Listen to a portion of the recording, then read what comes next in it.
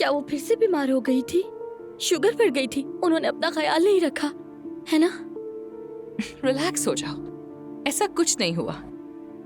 बात यह है कि 2 लुटेरे आ गए थे। वो उनकी 3 माह की पेंशन लूटने आए थे। उन्होंने मुझे कम समझा शायद, तो मैंने भी ठीक ठाक तरीके से उनकी खबर ले ली और नाक मुंह तोड़कर भगा दिया उन्हें वहाँ से। ओह, क्या बात है मेरी जान नाज़ली तुम्हारी। मलाह साहिबा, तुम्हें नहीं चाहेंगी तो और किसे चाहेंगी? पता है, औजान के सामने बिला झिझक कह दिया कि मुझे तो बस नाज़ली ही चाहिए और कोई नहीं, और कहा कि ये कहीं और काम नहीं करेगी। मुबारक हो फिर। चलो बतूल, तुम्हें स्कूल छोड़ देती हूँ।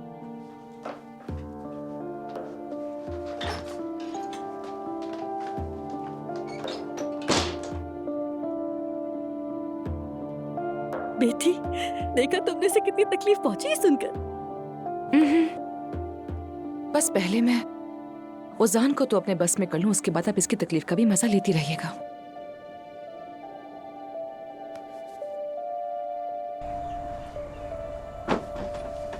अच्छा मेरी जान, ये लो बैग पहनो अपना। आपा, आप ऐसा करें कि आज मुझे स्कूल ना भेजें। मैं यहाँ रहकर आपका ख्याल रखूंगी। नहीं मेरी जान, नहीं।